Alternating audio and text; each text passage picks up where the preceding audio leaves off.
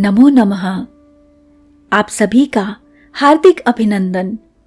आइए श्री विष्णु पुराण के प्रथम अंश के 10वें अध्याय का पाठन आरंभ करते हैं। भृगु, अग्नि और अग्निश्वातादि पितरों की संतान का वर्णन।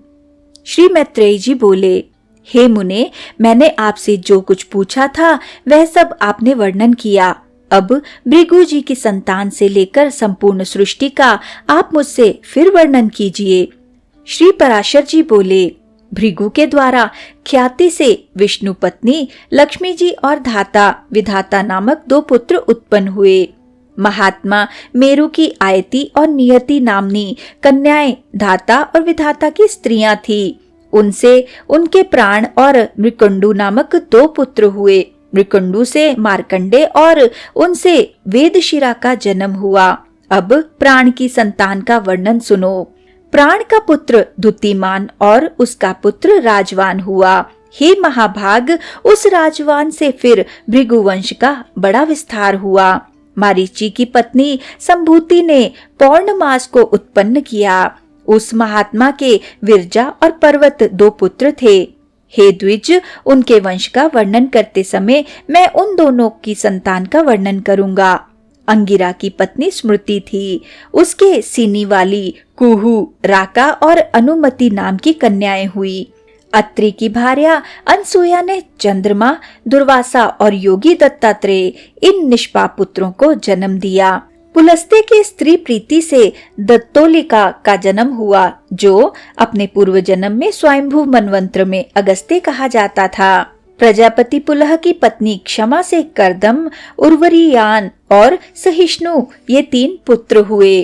क्रतु की संतति नामक भार्या ने अंगूठे के पोरुओं के समान शरीर वाले तथा प्रखर सूर्य के समान तेजस्वी वाल खिल्ले आदि 60,000 उधर्वरेता मुनियों को जन्म दिया। वशिष्ठ की ऊर्जा नामक स्त्री से रज, गोत्र, उधर्व बाहु, सवन, अनघ, सुतपा और शुक्र ये 7 पुत्र उत्पन्न हुए। ये निर्मल स्वभाव वाले समस्त मुनिगण तीसरे मनवंत्र में सप्तऋषि हुए। हे द्विज, अग्नि का अभिमानी देव जो ब्रह्मा जी का ज्येष्ठ पुत्र है, उसके द्वारा स्वाहा नामक पत्नी से अति तेजस्वी पावक, पवमान और जल को भक्षण करने वाला शुचि ये 3 पुत्र हुए।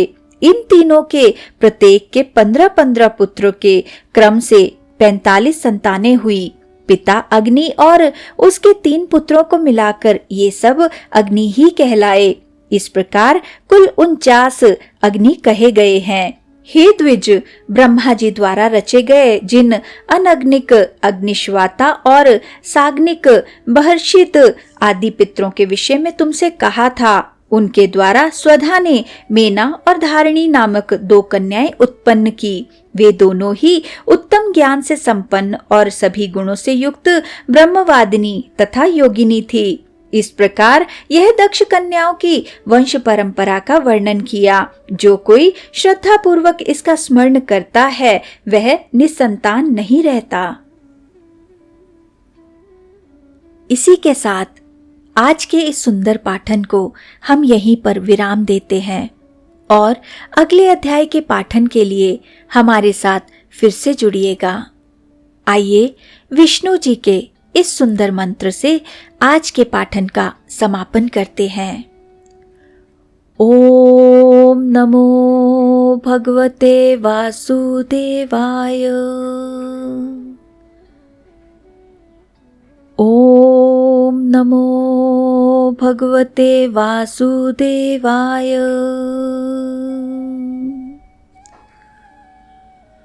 ओम नमो भगवते वासुदेवाय। ओम नमो भगवते वासुदेवाय। ओम नमो भगवते वासुदेवाय।